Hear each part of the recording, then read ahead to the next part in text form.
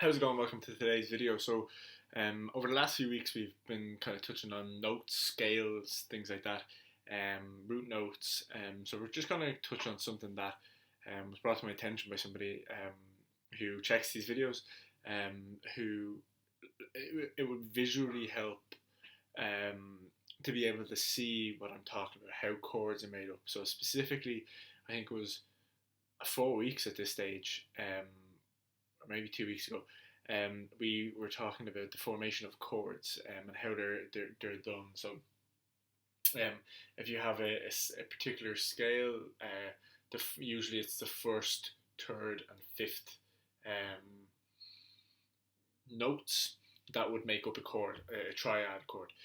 So we're just going to run through that visually. It's going to be a lot about kind of just one chord and one scale kind of thing.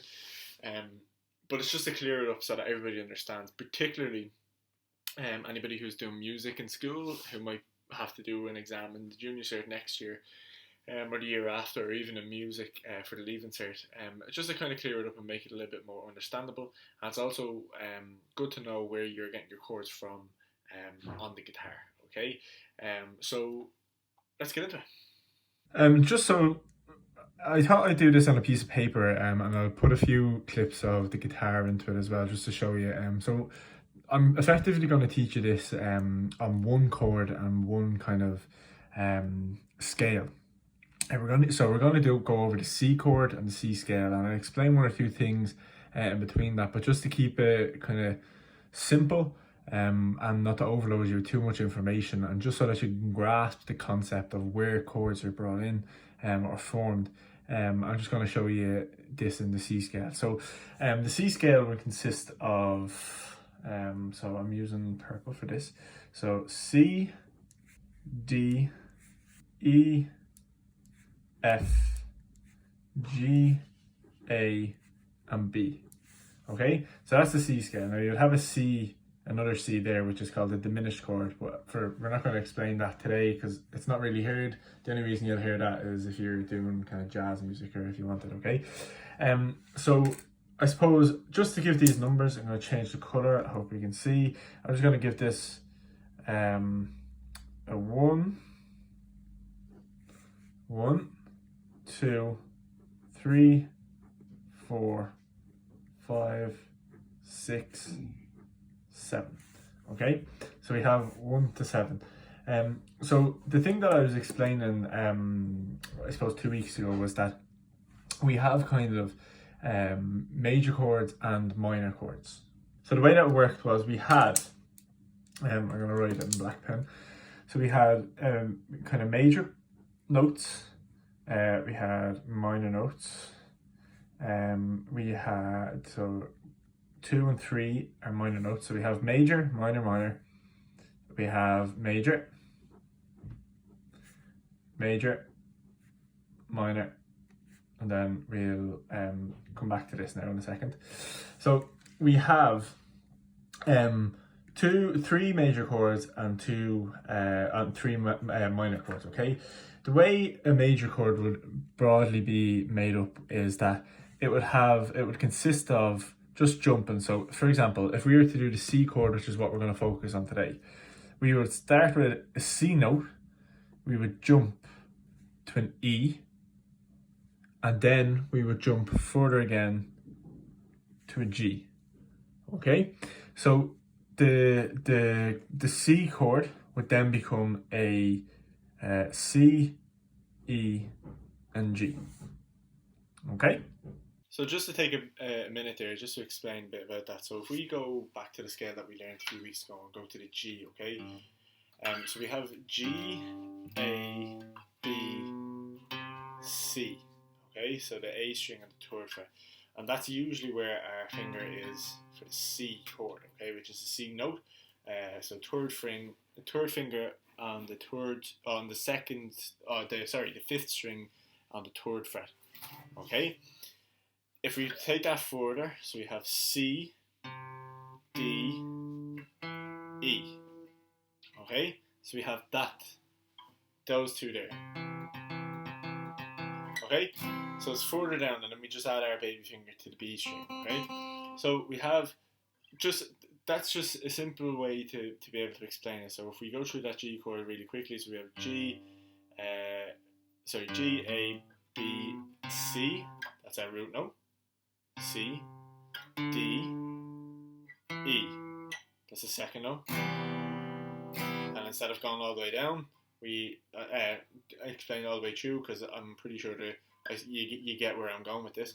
You just add the baby finger to the B string, the first fret, like we know, and we play through the C, okay? So that's the logic behind this. We have G, A, B, C, and then C, D, E. Okay? So that would be kind of a C major. Okay, so that would be the usual C, and I'm gonna put a clip in just to show you here now. So the reason why we to skip onto another chord then, just to use the same logic. Okay, so if we wanted to, so in the key of C, okay, we have if we move on to the next one, we have D. So it's going to be a minor chord, okay, because we can see that. So the reason why I put this, so these are Roman numerals, okay, I've put these in kind of the capitals, if that makes sense, of the letter, so that identifies as major, and these are minor, okay. So the D chord is going to be a minor chord, so it's going to use the same logic. It's going to start off with D, skip 3, go to 4, skip 4, go to 6. So that's where we get the minor chord. And likewise with E, we're going to start with E, again it's going to be minor, we're going to jump to G and to B, and so on. So you can do this with any chord, and you can do it all up the scale. So again, if you're going to F, it's F, A, C. Okay, so again, because we go back, we kind of, if we go into C, we're just continuing on, but at a higher pitch, okay? I think I called the C a diminished chord a while ago, but it's not, it's a start. B is the diminished chord. So B is, you don't really hear it a lot in it, so hence the E and G are going to be, I suppose, the two chords in an E minor, if that makes sense. So it's an E minor, an E and G, and the B, you don't really hear it because it's diminished. So it's just E and G. That's why there's only 2 fingers, okay? But usually in a triad, you would have 3 of these notes, okay? So the simplest thing then, just to be able to take away from this, is if you have the scale of C, okay, I'll just read it out again, just really quickly to go over it. If you have the scale of C, is that big enough? It is big enough, okay? We have first, okay, second is a minor, okay, which is why it's a lowercase I. Then we have 3 lowercase i's for number 3, but it's a minor. Then we have number 4, we have a capital I and a V, capital V, so number 4 in Roman numerals. So that's a major. We have a V capital, and I'm putting the lines over these to just identify that they're capitals. That's another major. We have a minor, okay? And then we have a diminished chord, which we're just gonna leave out because it'll be a whole other lesson to be able to explain that. So again, just to go through it, for a C chord, we have C, E, and G. For a D chord, D minor, we have D, F, A. For an E, we have E, G, and B. For F, we would have F, A, and then it would be kind of C. Okay, just to continue that. So that's kind of the way the chords are formed overall. This is kind of what I was talking about there a few weeks ago. This guitar lesson isn't necessarily to, I suppose, bring on our guitar lessons, but it's more to bring on our sense of music and where these come from, the triads and things like that. So if this will particularly help if you have to read a sheet of music, pick out the notes in the music and come up with the chord for it. So you'll be able to say if the first note is C, and the second note is E, or it has an E in it, you can play a C, E, and G to make a C, to go with that kind of line of music, if that makes sense, that bar of music. So I thought it'd be very interesting to be able to, I suppose, explain this before we move on to anything. I think over the next couple of weeks we'll focus more on, I suppose, playing the guitar into kind of different songs and things like that.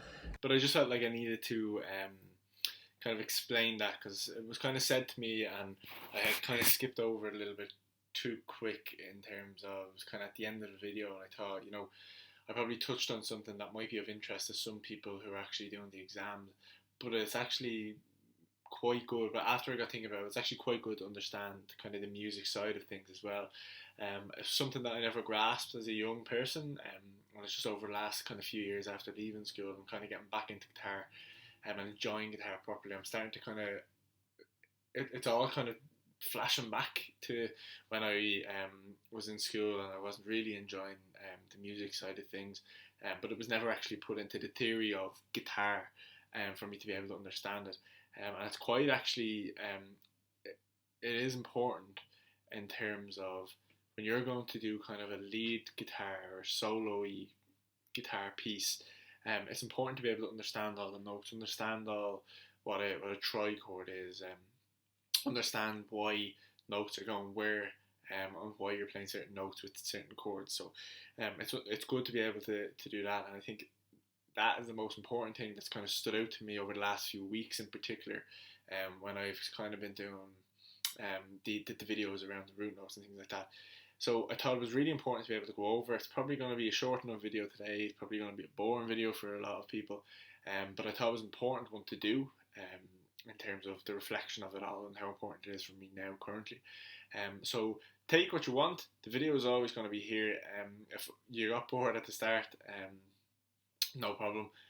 But if you've made it in the end, great. I hope you learned something. And I hope it kind of opens up why and where the chords come in. And I hope it gives you kind of a bit of motivation to go on and understand the logic around the kind of the musical theory side of music in total with all the instruments, not just on guitar. See you next week.